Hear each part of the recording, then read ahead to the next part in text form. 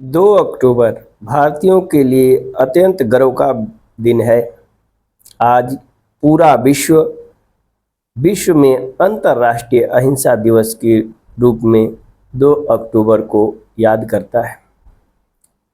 ऐसा इसमें भारतीयों के गर्व का विषय इस नाते होता है क्योंकि अहिंसा का पाठ पूरे विश्व को यदि किसी ने पढ़ाया राजनीतिक रूप से तो वो रहे महात्मा गांधी। महात्मा गांधी जी का जन्म 2 अक्टूबर 1869 को हुआ था और उन्होंने पूरे विश्व को जो अहिंसा का पाठ पढ़ाया वो पूरे विश्व के लिए एक नई दिशा की ओर एक खोज थी, राजनीतिक खोज थी। आपको, हमको, सभी को गांधी जी के जीवन के विषय में कुछ रोचक बातें जरूर जाननी चाहिए। मुझे जो पता चली वो मैं आपको शेयर कर रहा हूँ, समझता हूँ आपको उपयोगी लगेंगी। पहला ये कि गांधी जी को सबसे पहले महात्मा किसने कहा था, ये बातें हमें आपको जानना चाहिए। तो महात्मा कहने के बारे में 2-3 मत हैं। इनमें से पहला मत यह है कि 1915 में राजवैद जीवन राम ने महात्मा गांधी, मोहनदास करमचंद गांधी को महात्मा गांधी कह के बुलाया था। दूसरा मत ये कहता है कि स्वामी श्रद्धानंद ने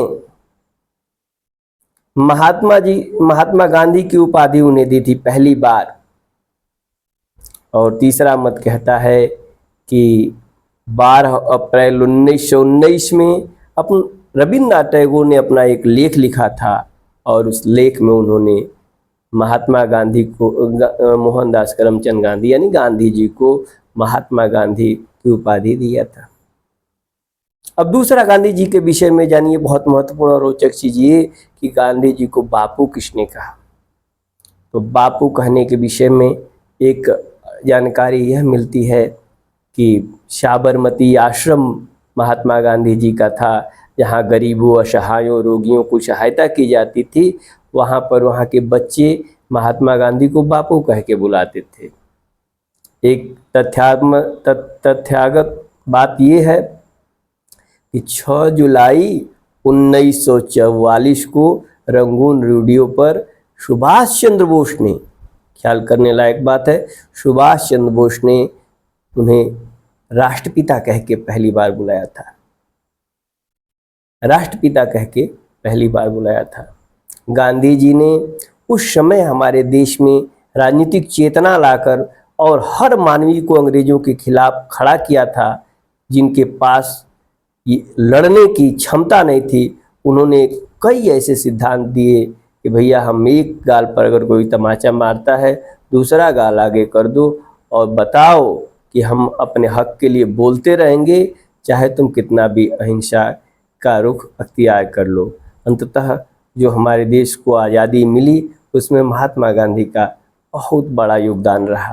दूसरे नंबर पर आज 2 अक्टूबर को ही लाल बहादुर शास्त्री जी का उद्भव दिवस है।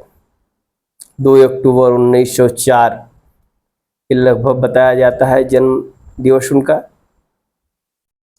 और 2 अक्टूबर 1904 को बताया ये जाता है कि लगभग 18 महीने तक वह भारत के प्रधानमंत्री बने रहे। 9 जून 1964 को प्रधानमंत्री बने थे और 1965 में मृत्यु तक वह प्रधानमंत्री रहे। राजनीति को उन्होंने भी एक अलग दिशा दिया था। आज जब आज के नेता अपने नामों में तमाम उपाधियां, अपनी जाति की उपाधियां लगाते हैं, कहते हैं हम इस जाति के हैं, हम उस जाति के हैं, उस समय शास्त्री जी ने श्रीवास्तव, उनके नाम के पहले लाल बहादुर जो श्रीवास्तव लगता था उसको हटाकर, और जब उन्होंने काशी विद्यापीठ से जब शास्त्री की डिग्री लिया तो जाति के जो जाति सूचक जो उपाधि था उसको हमेशा के लिए हटा दिया और शास्त्री लगा दिया। सबसे पहले जात को लेकर उन्होंने, सोचिए कितना बड़ा सामाजिक चेतना उनके अंदर थी। जब जात सूचक शब्द को हटाकर अपने नाम के बाद उन्होंने शास्त्री लगा दिया और एक बहुत बड़ा संदेश दिया। आपको बता दें कि 1 जनवरी, पहले तो एक ये बता दूं कि 9 जून ये पाकिस्तान से 1965 में युद्ध लड़ा गया। इस दौरान शास्त्री जी प्रधानमंत्री थे, उन्होंने नारा भी दिया था जय जवान जय किसान का, और जीत भी हुई थी।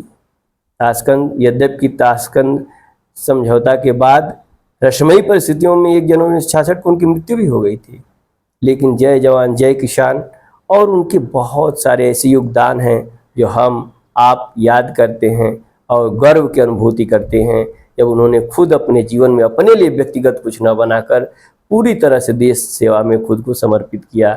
आज इन दोनों विभूतियों के जन्म का दिवस है, इस नाते 2 अक्टूबर भारतीय इतिहास का एक स्वर्णिम दिवस है, जो हमेशा जब तक भारत जिंदा रहेगा इतिहास के पन्नों में यूं ही चमकता रहेगा।